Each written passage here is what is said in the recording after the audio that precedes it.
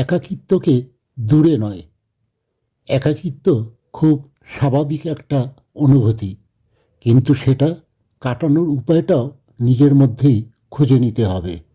যদি একা লাগে তাহলে নিউজ ফিড স্ক্রল করো, যদি তাতেও বিরক্তি আসে তাহলে একটা ভালো গান শোনো, মুভি দেখো, বই পড়ো, ছবি আঁকো বা কবিতা আবৃত্তি করো। যা মন চায় তোমার, যা তোমার শান্তি দেয় তাই করো। দরকার হলে দরজা জানালা বন্ধ করে মন খুলে কেঁদে নাও, তাও ভালো।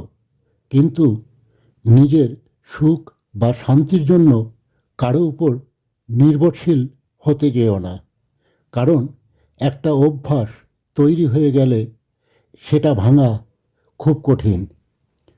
যখন তুমি কাউকে ভরসা করে মন ভালো করার চেষ্টা করবে, তখন অজান্তেই তাকে নিজের আনন্দের জন্য একটা অংশ বানিয়ে ফেলবে।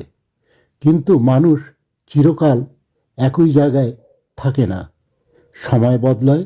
আর যখন সেই মানুষটা দূরে সরে যাবে বা হারিয়ে যাবে, তখন সেই শূন্যতা আরও গভীর হয়ে তোমাকে গিলে খাবে।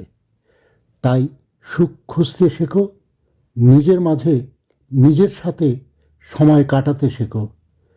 মানুষ আসবে যাবে, কিন্তু নিজের সাথে ভালো থাকতে পারাটা তোমার সবচেয়ে বড় শক্তি। একাকিত্ব থেকে পালানোর চেষ্টা করো না, বরং সেটাকে আপন করে নাও। এক সময় দেখবে একা থাকলেও তোমার মন খারাপ লাগছে না।